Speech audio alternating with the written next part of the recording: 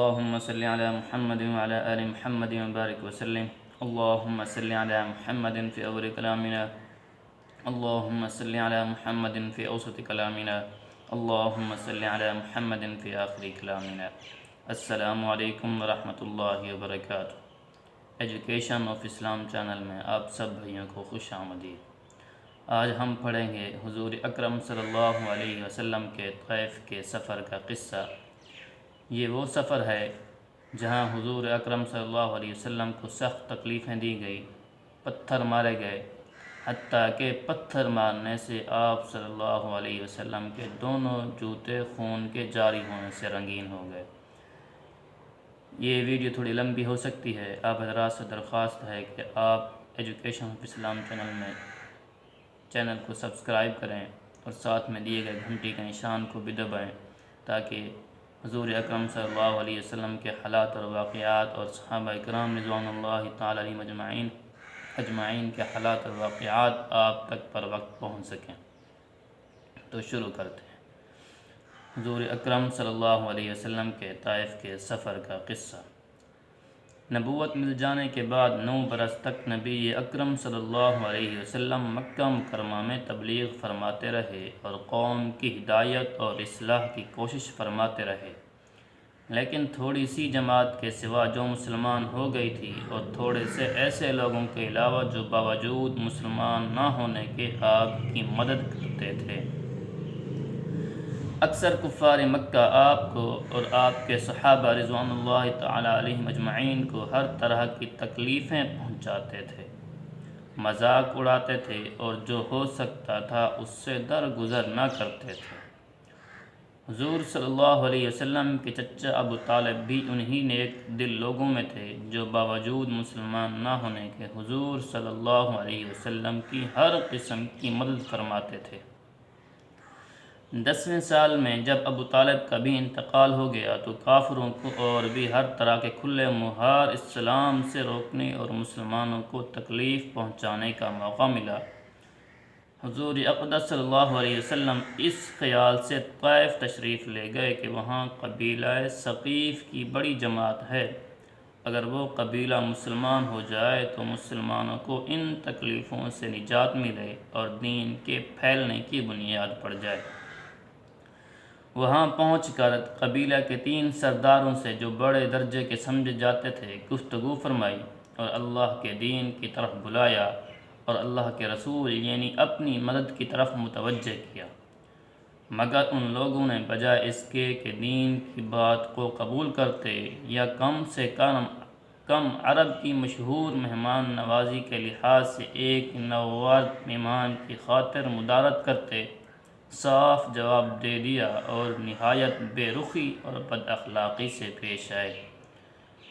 ان لوگوں نے یہ بھی گوارا نہ کیا کہ آپ یہاں قیام فرما لیں. جن لوگوں کو سردار سمجھ کر بات کی تھی وہ شریف ہوں گے اور مہذب گفتگو کریں گے.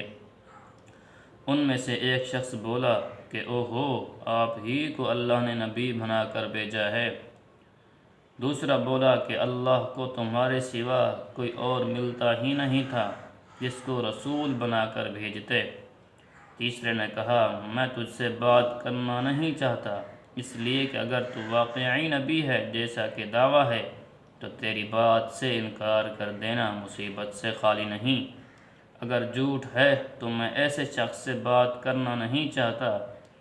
اس کے بعد ان لوگوں سے نا امید ہو کر حضور اکرم صلی اللہ علیہ وسلم نے اور لوگوں سے بات کرنے کا ارادہ فرمایا. آپ صلی اللہ علیہ وسلم تو ہمت اور استقلال کے پہاڑ تھے مگر کسی نے قبول نہ کیا، بلکہ بجائے قبول کرنے کے حضور اکرم صلی اللہ علیہ وسلم سے کہا کہ ہمارے شہر سے فوراً نکل جاؤ اور جہاں تمہاری چاہت کی جگہ ہو وہاں چلے جاؤ. حضور اکرم صلی اللہ علیہ وسلم جب ان سے بالکل مایوس ہو کر واپس ہونے لگے تو ان لوگوں نے شہر کے لڑکوں کو پیچھے لگا دیا کہ آپ صلی اللہ علیہ وسلم کا مذاق اڑائیں، تالیاں پیٹیں، پتھر ماریں، حتیٰ کہ آپ صلی اللہ علیہ وسلم کے دونوں جوتے خون کے جاری ہونے سے رنگین ہو گئے. حضور اقدس صلی اللہ علیہ وسلم اسی حالت میں واپس ہوئے جب راستے میں ایک جگہ ان شریروں سے اطمینان ہوا تو حضور صلی اللہ علیہ وسلم نے یہ دعا مانگی۔ یہ دعا ہم آپ کے ساتھ اگلی ویڈیو میں شیئر کر دیں گے انشاءاللہ۔ مالک الملک کی یہ شان قہاری کو اس پر جوش آنا ہی تھا کہ حضرت جبرائیل علیہ السلام نے آ کر سلام کیا اور عرض کیا کہ اللہ تعالیٰ نے آپ کی قوم کی وہ گفتگو جو آپ سے ہوئی ہے سنی اور ان کے جوابات سنے، اور ایک فرشتہ کو جس کے متعلق پہاڑوں کی خدمت ہے آپ کے پاس بھیجا ہے کہ آپ جو چاہیں اس کو حکم دیں۔ اس کے بعد اس فرشتے نے سلام کیا اور عرض کیا کہ جو ارشاد ہو میں اس کی تعمیل کروں۔ اگر ارشاد ہو تو دونوں جانب کے پہاڑوں کو ملا دوں جس سے یہ سب درمیان میں کچل جائیں، یا جو سزا آپ تجویز فرمائیں۔ حضور صلی اللہ علیہ وسلم کی رحم و کریم ذات نے جواب دیا کہ میں اللہ سے اس کی امید رکھتا ہوں کہ اگر یہ مسلمان نہیں ہوئے تو ان کی اولاد میں سے ایسے لوگ پیدا ہوں گے جو اللہ کی پرستش کریں گے اور اس کی عبادت کریں گے۔ فائدہ: یہ ہیں اخلاق اس کریم ذات کے جس کے ہم لوگ نام لیوا ہیں کہ ہم ذرا سی تکلیف سے، کسی کی معمولی سی گالی دینے سے ایسے بھڑک جاتے ہیں کہ پھر عمر بھر اس کا بدلہ نہیں اترتا۔ ظلم پر ظلم اس پر کرتے رہتے ہیں اور دعویٰ کرتے ہیں کہ ہم محمدی ہونے کا، نبی کے پیرو بننے کا۔ نبی کریم صلی اللہ علیہ وسلم اتنی سخت تکلیف اور مشقت اٹھانے کے باوجود نہ بد دعا فرماتے ہیں نہ کوئی بدلہ لیتے ہیں۔